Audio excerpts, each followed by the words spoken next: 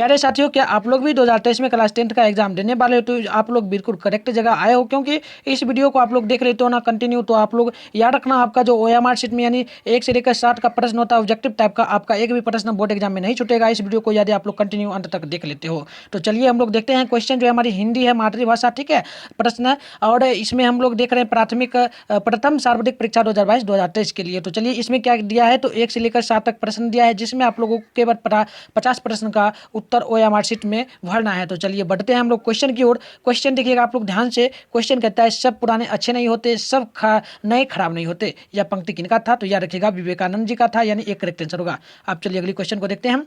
अगली क्वेश्चन कहता है गुना का गुणवाचक विशेषण क्या है, तो याद रखिएगा गुणवाचक विशेषण हमारा 3 किलो हो जाएगा, यानी एक करेक्ट आंसर। आप चलिए अगली क्वेश्चन को देखिए आप लोग। क्वेश्चन कहता है स्वर संधि का उदाहरण नहीं है, इनमें से स्वर संधि का उदाहरण क्या नहीं है, तो याद रखिएगा महेंद्र जो है ना स्वर संधि का उदाहरण नहीं हो जाएगा।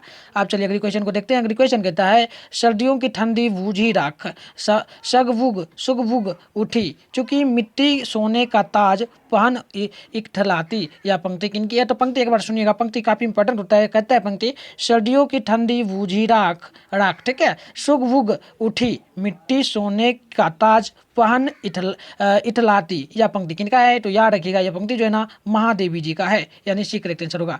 आप चलिए अगली क्वेश्चन की ओर हम लोग बढ़ते हैं। अगली क्वेश्चन कहता है पंडित बिरजू महाराज का जन्म डैश ईस्वी में हुआ था। पंडित बिरजू महाराज का जन्म डैश ईस्वी में हुआ था, तो याद रखिएगा उनका जन्म हुआ था 1838 ईस्वी में, यानी डी करेक्ट आंसर हो जाएगा। चलिए अगली क्वेश्चन को देखते हैं। काफी इंपॉर्टेंट क्वेश्चन है, आप लोग इस वीडियो को अपने फ्रेंड में जरूर शेयर करना। अब क्वेश्चन कहता है मैक्स मुलर ने डैश वर्ष की अवस्था में लिपजिंग विश्वविद्यालय में संस्कृत अध्ययन प्रारंभ किया था। सिंपल सी बात है, मैक्स मुलर जी जो है ना डैश वर्ष की अवस्था में उनका कितना उम्र था कि वह विश्वविद्यालय जो है ना लिपजिंग नामक विश्वविद्यालय था, वहाँ पर संस्कृत का क्या क्या था अध्ययन प्रारंभ किया था। तो चलिए ऑप्शन देते हैं आप लोगों को, यदि पता तो कमेंट जरूर कीजिएगा। तो चलिए क्या आंसर होगा, तो याद रखिएगा आप लोग हमेशा 15 वर्ष की उम्र में उन्होंने क्या क्या था लिपजिंग नामक जो विद्यालय था महाविद्यालय उसमें एडमिशन लिया था। आप चलिए अगली क्वेश्चन देखिए। क्वेश्चन कहता है फ्रांस का प्रमुख कला केंद्र रहा है, फ्रांस का जो प्रमुख कला केंद्र रहा है वो क्या है, तो याद रखिएगा आप लोग हमेशा यह जो हमारा होगा ना एफिल टावर है, ठीक है, एफिल टावर हो जाएगा, आप लोग याद रखना हमेशा ये। आप चलिए अगली क्वेश्चन को देखिए आप लोग। क्वेश्चन कहता है जित जित में मैं निकटत हूँ पाठ की विधा क्या है। जित जित में मैं निकटत हूँ इस पाठ की विधा क्या है, तो याद रखिएगा साक्षात्कार, ठीक है, साक्षात्कार हो जाएगा। चलिए अगली क्वेश्चन को देखते हैं। अगली क्वेश्चन कहता है दुदांत, ठीक है, दुदांत मानवीय भीष्मिका का चित्रण करने वाली कविता क्या है। दुदांत, ठीक है, दुदांत मानवीय भीषिका का चित्रण करने वाला कविता क्या है, तो याद रखिएगा आप लोग हमेशा यह कविता है एक वृक्ष की हत्या, यानी एक करेक्ट आंसर हो जाएगा। चलिए अगली क्वेश्चन की ओर हम लोग बढ़ते हैं। अगली क्वेश्चन कहता है 10 नंबर सवाल है अधर्म में कौन सा उपसर्ग है, बताइए अधर्म में कौन सा उपसर्ग है, तो याद रखिएगा उपसर्ग क्या हो जाएगा हमारा, तो होगा धर्म, अध, ठीक है, क्या होगा अध हो जाएगा हमारा, तो भी याद रखिएगा। चलिए अगली क्वेश्चन को आप लोग देखें, आप लोग फास्ट में कमेंट भी कीजिएगा यदि आंसर पता हो तो। क्वेश्चन कहता है हिंदी के आदि कवि कौन है, हिंदी का आदि कवि कौन है, तो याद रखिएगा आप लोग हमेशा अमीर खुखरे, कौन होगा अमीर खुसरो, ठीक है, तो आप लोग भी याद रखिएगा हमेशा। आप चलिए अगली क्वेश्चन को देखते हैं। अगली क्वेश्चन कहता है रंगप्पा कौन था, रंगप्पा कौन था, तो याद रखिएगा रंगप्पा जो था ना वह क्या था जुआरी था, तो एक करेक्ट आंसर होगा। चलिए अगली क्वेश्चन को देखते हैं हम लोग। अगली क्वेश्चन कहता है लेखक के घर मछली कौन खाता था, लेखक के घर में मछली कौन खाता था, तो आप लोग याद रखिएगा लेखक के घर में उसकी बहन जो थी ना मछली खाती थी, ठीक है।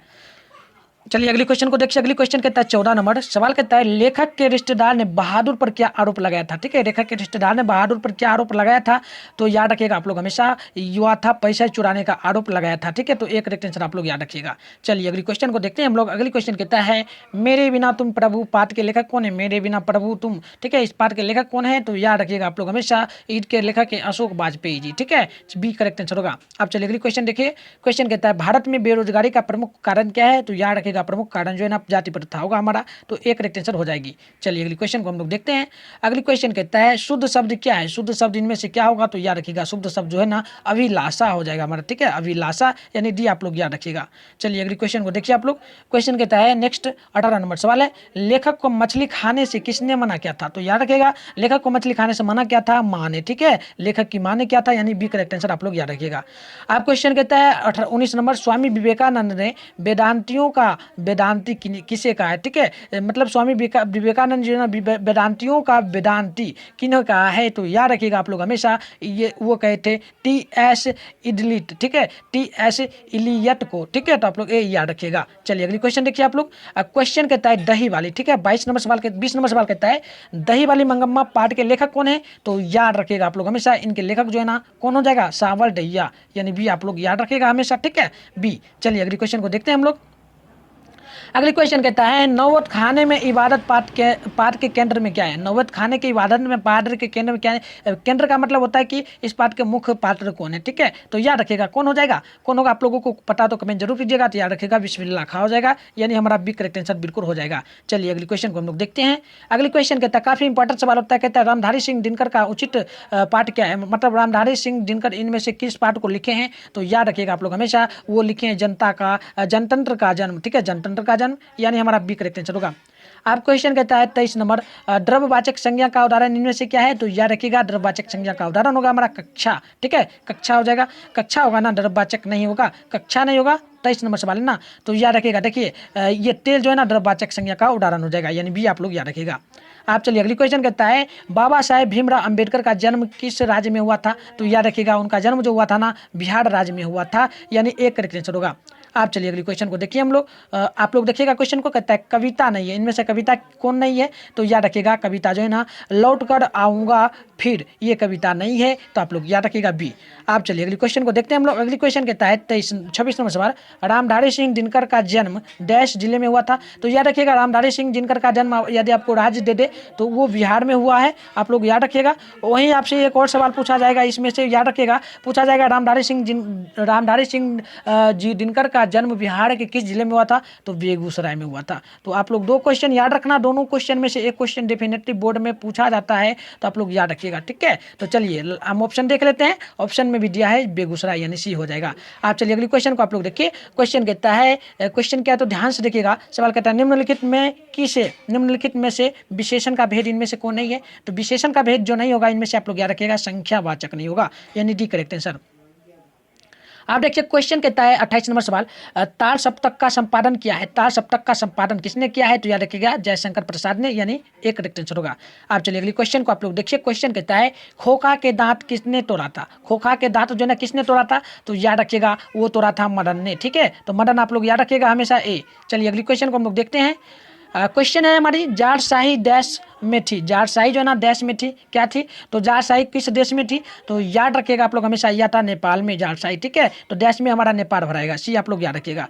आप चलिए अगली क्वेश्चन कहता है लक्ष्मी के बड़े पुत्र का क्या नाम था, लक्ष्मी के बड़े पुत्र जो था उसका नाम क्या था, तो याद रखिएगा आप लोग हमेशा, यह था अचौत, ठीक है, अचौत, तो आप लोग याद रखिएगा ए। चलिए अगली क्वेश्चन को देखिए आप लोग। अगली क्वेश्चन कहता है एक वृक्ष की हत्या में कवि किस शहर को किससे बचाने की बात करें, यानी एक वृक्ष की हत्या जो कविता है उसमें कवि जो है ना किस शहर को किससे बचाने की बात कर रही है, तो याद रखिएगा हमेशा क्या है, नादिरों से। नादिरों का अर्थ क्या होता है, जो कि पेड़ काटते हैं उनसे बचाने का बात कहा जा रहा है, ठीक है, तो सी याद रखिएगा। आप चलिए अगली क्वेश्चन कहता है काफी मोस्ट इंपॉर्टेंट होता है। क्वेश्चन कहता है गांधी जी का दक्षिण अफ्रीका से प्रवास, दक्षिण अफ्रीका प्रवास कब से कब तक था, यानी गांधी जी दक्षिण अफ्रीका कब गए थे और कब लौटे थे, कब गए थे और कब आ गए, तो याद रखिएगा हमेशा आप लोग, वो गए थे 1993 ईस्वी में और लौटे थे 1914 में, यानी कि उनका प्रवास जो हुआ ना 1993 ईस्वी से 1914 ईस्वी तक हुआ था, तो याद रखिएगा हमेशा ए। आप चलिए अगली क्वेश्चन कहता है 34 नंबर कवि ने माली मालिन किसे कहा है, कवि ने माली और मालिन किसे कहा है, तो याद रखिएगा हमेशा कवि जो कहे थे ना माली और मालिन वो कहे थे कृष्ण और राधा जी को, ठीक है, तो आप लोग याद रखिएगा सी करेक्ट आंसर होगा।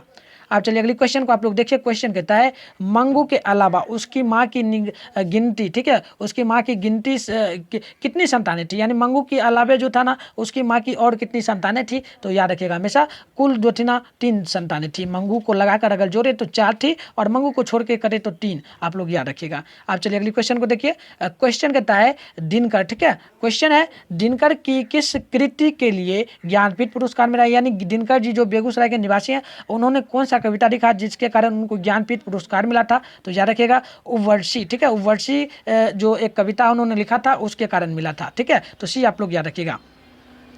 आप देखिए क्वेश्चन कहता है नौबत खाने में इबादत साहित्य की कौन सी विधा है। नौबत खाने की इबादत में साहित्य की कौन सी विधा है, तो याद रखिएगा हमेशा यह है व्यक्ति चित्र, यानी सी करेक्ट आंसर होगा। आप चलिए अगली क्वेश्चन को देखिए आप लोग। अगली क्वेश्चन कहता है पंडित बिरजू महाराज लखनऊ घराने की किस पीढ़ी के कलाकार थे। यानी बिरजू महाराज जी का जन्म हुआ था लखनऊ में, और किस घराने के पीढ़ी से वो कलाकार थे, तो याद रखिएगा हमेशा वो थे 8वीं पीढ़ी। ठीक है, 8वीं पीढ़ी से थे, तो आप लोग डी याद रखिएगा। आप चलिए अगली क्वेश्चन को देखिए। क्वेश्चन कहता है सीता के बेटों ने सीता को कितने रुपये महावरी, ठीक है, महावरी खर्च देने के लिए दिया, खर्च देने का निर्णय किया। यानी महीना में सीता का बेटा जो है ना अपनी माँ को कितना रुपया महीने में देने का खर्च उठा, मतलब माँ उसकी खर्च कितना करेगी तो महीना में देने का कितना निर्णय लिया था, तो याद रखिएगा आप लोग हमेशा। वो लिए थे कितना, तो कुल 100 रुपये का महीना दिया जाता था। किसको, सीता को मिलता था, उसके बेटा देता था। आप चलिए अगली क्वेश्चन कहता है उत्तर भारत में नागरी लिपि के लेख कब से मिलने लगते हैं। यानी उत्तर भारत में नागरी लिपि के लेखक जो है ना कब से मिलने लगते थे, तो याद रखिएगा हमेशा वो सभी मिलते थे कब से, तो याद रखिएगा 4वीं सदी से मिलने लगे, यानी डी हमारा करेक्ट आंसर होगा। आप चलिए अगली क्वेश्चन कहता है बहादुर को कितने रुपये चोरी का इंजाम लगाया था। यानी बहादुर पर चोरी का इंजाम कितने रुपयों का लगाया गया था, तो याद रखिएगा हमेशा उनको लगा था 12 रुपये का इंजाम, यानी 12 रुपया चोरी किया था कौन, बहादुर, तो आप लोग याद रखिएगा। आप चलिए अगली क्वेश्चन कहता है 42 नंबर भारत माता कविता में भारत का कैसा चित्र प्रस्तुत किया गया है। यानी भारत माता की जो कविता है उसमें भारत का कैसा चित्र प्रस्तुत किया गया है, तो याद रखिएगा हमेशा किया गया है काल्पनिक, यानी सही दिखाया गया है। ठीक है, तो आप लोग भी याद रखिएगा। अब देखिए क्वेश्चन कहता है लौट कर आऊँगा फिर कविता किस कवि द्वारा भावांतरित की गई है, यानी लिखी गई है, तो याद रखिएगा हमेशा ये लिखी गई है किनके द्वारा, तो जीवानंद दास जी के द्वारा, तो आप लोग ये याद रखिएगा। अब क्वेश्चन कहता है 44 नंबर मेरे बिना प्रभु किस भाषा से अनुवादित है। मेरे बिना तुम प्रभु किस भाषा से अनुवादित किया गया है, तो याद रखिएगा हमेशा ये किया गया है रूसी भाषा। ठीक है, रूसी भाषा का था क्या, तो मेरे बिना तुम प्रभु, लेकिन हिंदी भाषा में इसे कन्वर्ट किया गया है, तो सी याद रखिएगा।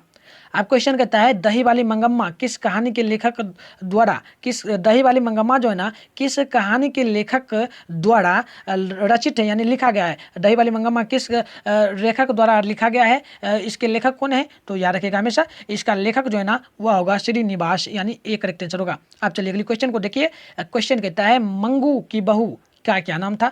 मंगू की बहू का क्या नाम है, तो याद रखिएगा मंगू की बहू मंगम्मा है ना, मंगम्मा की बहू का नाम क्या है, तो याद रखिएगा हमेशा क्या हो जाएगा, नंजम्मा हो जाएगा। ठीक है, नंजम्मा हो जाएगा, तो आप लोग याद रखिएगा CA। ठीक है, आप चलिए अगली क्वेश्चन को देखते हैं।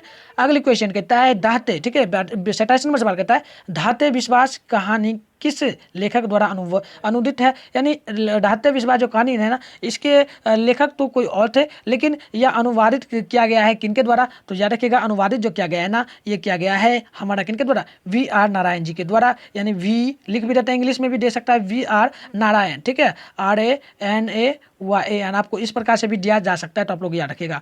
आप क्वेश्चन कहता है 48 नंबर धरती कब तक घूमेगी कहानी किस लेख द्वारा अनुदित है। यानी किसके द्वारा इसका अनुवाद किया गया है हिंदी भाषा में, तो धरती कब तक घूमेगी इस कहानी का अनुवाद किस लेखक के द्वारा किया गया है हिंदी में, तो याद रखिएगा आप लोग हमेशा ये किया गया है के ए जमुना। ठीक है, के जमुना के द्वारा। किस प्रकार से होगा, के जमुना के द्वारा, तो आप लोग याद रखिएगा के जमुना, क्योंकि बोर्ड में इस प्रकार से भी दिया जा सकता है आपको क्वेश्चन। आप देखिए अगली क्वेश्चन कहता है 49 नंबर पापती। ठीक है, पपाती की उम्र क्या थी, पपाती की उम्र क्या थी, तो याद रखिएगा पपाती की उम्र जो थी ना वह था 10 वर्ष। ठीक है, तो याद रखिएगा आप लोग हमेशा एक करेक्ट आंसर हो जाएगा। चलिए अगली क्वेश्चन को देखिए। क्वेश्चन कहता है नगर कहानी किस भाषा से अनुदित है। नगर कहानी जो ना किस भाषा में लिखा गया है, तो याद रखिएगा यह लिखा गया है कन्नड़ भाषा में। ठीक है, कन्नड़ भाषा में, लेकिन कन्वर्ट किया गया है किसमें, तो हिंदी में, आप लोग याद रखिएगा। चलिए अगली क्वेश्चन को देखिए। क्वेश्चन कहता है 51 नंबर जातीय, ठीक है, जातीय असीमता की दृष्टि से इतिहास का प्रवाह कैसा है, तो याद रखिएगा हमेशा इसका प्रवाह जो है ना विच्छिन्नन। ठीक है, विच्छिन्नन है, विच्छिन्नन यानी एक करेक्ट आंसर आप लोग याद रखिएगा। चलिए अगली क्वेश्चन को हम लोग देखते हैं। क्वेश्चन कहता है 52 नंबर सवाल कहता है कहता है विष के दांत पाठ की विधा क्या है, विष के दांत की पाठ की विधा क्या है, तो विधा पूछा जा रहा है, तो निबंध है, निबंध में लिखी गई है, ठीक है, निबंध है हमारी। विधा का अर्थ क्या होता है, निबंध, आप लोग याद रखिएगा।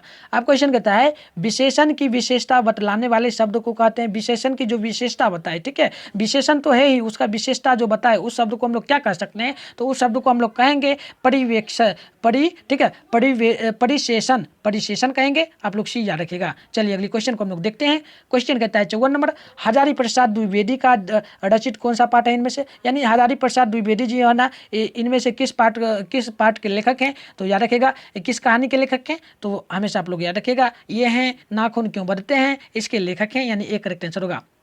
अब क्वेश्चन कहता है परिणामवाचक विशेषण है, इनमें से परिणामवाचक विशेषण क्या है, तो याद रखिएगा परिणामवाचक विशेषण 4 है हमारा, ठीक है, 4 हो जाएगा, आप लोग याद रखिएगा।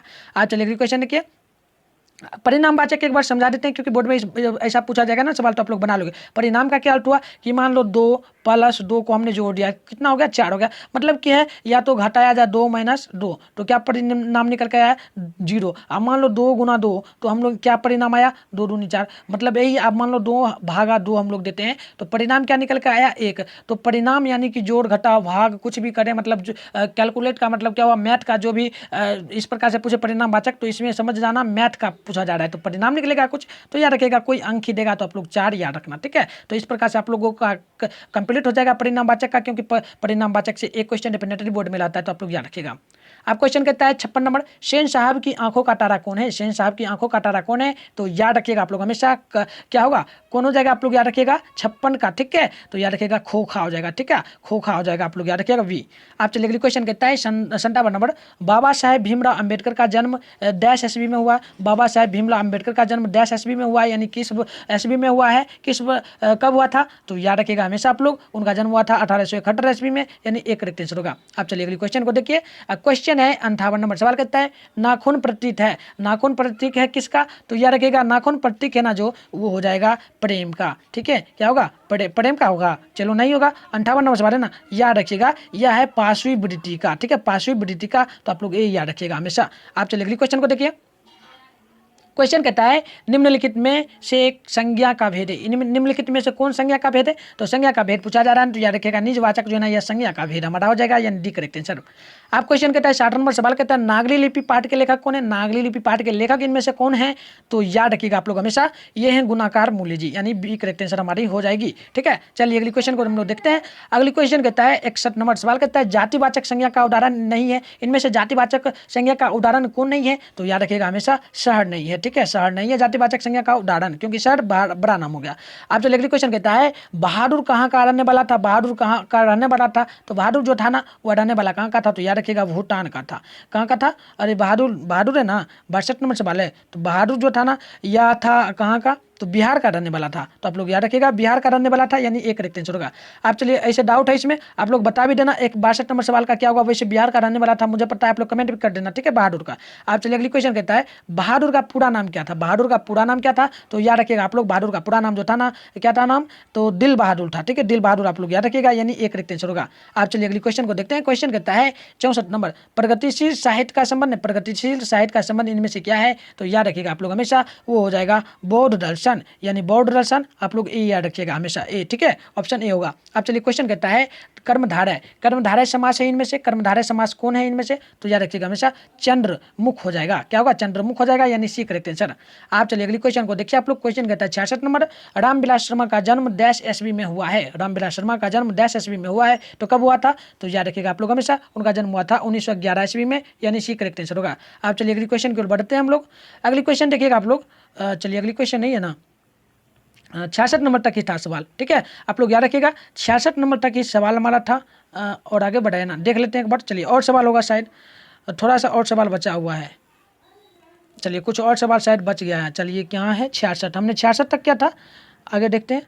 चलो और सवाल नहीं है, बस 66 तक की सवाल था, 66 इतना सवाल था ना, इतना सवाल यदि आप लोग कर लोगे ना बोर्ड एग्जाम में, तो डेफिनेटली आपका 66 में अभी करवाया सवाल, इसमें से डेफिनेटली बोर्ड एग्जाम में आपका जो है ना 30 से 35 सवाल, 30 से 35 सवाल में बोलता हूँ पूछेगा, तो पूछेगा एकदम रहेगा, छाप लेना आप लोग, क्योंकि वायरल क्वेश्चन है, हमने इसको टाइप कर लिया ताकि किसी को पता ना चले कि यह आउट क्वेश्चन है, तो आप लोग जाना बोर्ड एग्जाम में और एकदम छक्का छुड़ा देना। तो चलिए आप लोग जाते जाते क्या करना, वीडियो को शेयर कर देना अपने दोस्तों में, हमारे साथ इसी प्रकार से जुड़ना है, वायरल क्वेश्चन लेना है, तो क्या कीजिए, हमारा यह नंबर है, आप लोग ले लो 6009698095। इस पर आप लोग कॉन्टैक्ट करना, आपको ग्रुप में ज्वाइन किया जाएगा। वहाँ पर आपको वायरल क्वेश्चन भी दिया जाएगा, साथ में नोट्स भी जितना इंपॉर्टेंट होता है आप लोगों को प्रोवाइड किया जाता है ग्रुप में। तो आप लोग जरूर ज्वाइन करना, आप लोग मैसेज जरूर कर देना, ठीक है। तो जाते जाते आप लोग चैनल को सब्सक्राइब करके बेल आइकन को और पे प्रेस कर देना और वीडियो को लाइक कर देना और एक शेयर करके जाना। तो चलिए मिलते हैं नेक्स्ट क्लास में, तब तक के लिए आप तमाम दोस्तों को जय हिंद, साथ में बाय बाय।